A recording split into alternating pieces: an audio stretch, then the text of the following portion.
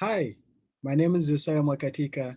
I'm the president of Project Malawi, which is an organization that fundraises for different organizations in Malawi. And today I want to tell you about the work that the organizations that we're fundraising for right now, which is ARCADES, is doing, which is forming the youth resilience in Malawi through agriculture. Firstly, let me show you the extent of the unemployment rate in Malawi. This, this is a picture that emerged in 2008 when Golden Peacock, one of the hotels in Malawi, wanted 4 workers, and they did a drop-in interview session to get those 4 workers. This is the amount of people that showed up for that drop-in interview, and it woken up to the country to how big the unemployment problem in Malawi was during that time. But for some of us, that was not surprising because a survey in 2018 outlined that about 60% of the Malawian population was unemployed by broader definition. This is very striking because about 80% of the Malawian population is young people. Therefore, this is dangerous for the health and economic development of the country, because if young people do not have specific economic activity generating to develop themselves, they can lead into other risky behaviors such as prostitution to find money and other risky behaviors that could endanger their health and the health of others as well. So let me show you the solution of what our project is working on. So far, ARCADES is a local organization that is working with local youth in Malawi, especially those in the rural areas.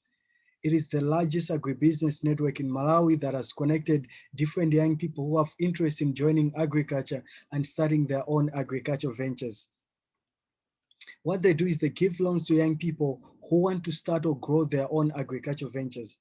This is helpful because this is one of the hindrances that young people face in Malawi to venture into agriculture and start their own enterprises.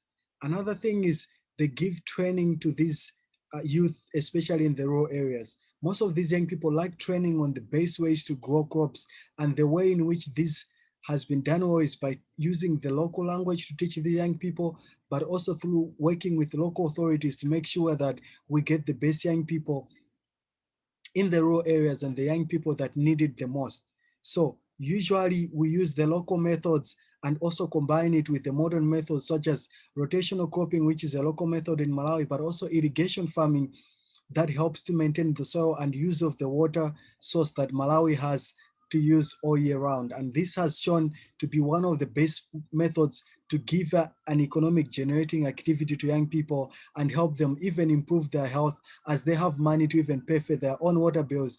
But it also helps young people in the rural areas who usually do not have the education and the materials to reach at a higher level to find ways to generate income and just make a living for themselves.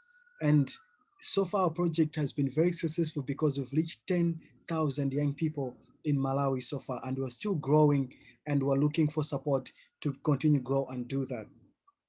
So thank you so much for listening to our presentation. I feel like agriculture is one of the ways in which we can develop different countries and improve the health of the local people, usually because it can use the infusion of local resources, at the same time also bringing in technology such as irrigation to improve the health and well-being of the people. Thank you so much, and find us in questions and answer session, in Q&A session. We'll answer any questions that you have. Thank you very much.